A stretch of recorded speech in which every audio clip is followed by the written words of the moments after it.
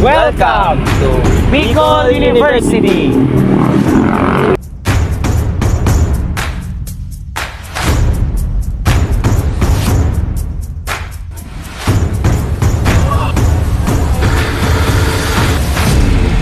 Bicol University has been shaping thousands of students since June 21, 1969, never-ending opportunities and the realization of dreams, with 7 campuses throughout the Bicol region stretching from Legazpi West to Gubat and everything in between. BU isn't just a university, it's a community that's ever-growing. Campus life fades from the heart of Legazpi West to the resounding campuses in Daraga, Tabaco, and beyond. It offers 11 colleges, 3 institutes, and a graduate school ready to challenge, inspire, and propel you to a future of success. Want to choose from 88 undergraduate programs or pursue something even higher with 106 graduate courses? BU has it all. This is a place where your potential is boundless. At BU, it doesn't just teach. It is more about creating experiences. We celebrate every victory, big or small. From exciting student events to life-changing moments, here at BU, you're not just a student. You're also part of something bigger. So saan ka pa? Sa BU ka na. Be next to BU. Bicol University. Your future. Your BU. Where you can be you. The heaven for the Dragon Spirit is at the Bicol University College of Industrial Technology. Like Boy Maso, students overcome challenges. It is where strength is forged, where fortitude conjoins with creativeness, and where future is carved with zeal. Here students are molded like metals in the anvil, their lives shaped by flames, tested by trials, and strengthened for the future. Busit is a lighthouse of hope life, wisdom, and creativity all put together.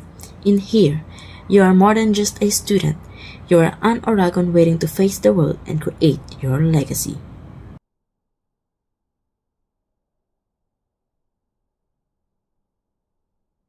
I chose mechanical technology because I like making things. This is the most practical and most interesting way to turn into a career. It's not boring, there's always something new to learn. What about you? For me, mechanical technology, I like solving problems encountered by the machine, figuring out things, how they work, making them better. Also, it is a field where you can see the result and make something new just by building and creating. Enable its graduates to be globally competitive.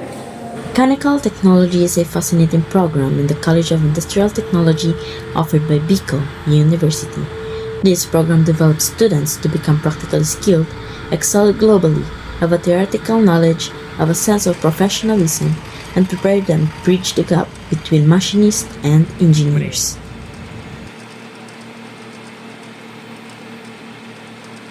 The PPAs used in the machine shop. First, we have the black shirt to be worn every laboratory. Next, we have the safety goggles to protect your eyes from the workpiece being flown out of the operation. So the next PPE is called the pants, used to protect your legs from the machine. And we have closed shoes, not open shoes, because if you wear open shoes, your feet might also have damage. So, you don't need to use gloves, just use your hand in operating because there's no grip in holding the handwheel to feed the workpiece, to feed the tool on the workpiece, to have a smooth output. So here we have the rules of the machine shop. So here are the 5S summary. We have the sort, set in order, shine, standardize, and sustain. We need to keep in mind that every laboratory, before leaving the lab, we must clean because some other students are still using the lab to have a good laboratory shop.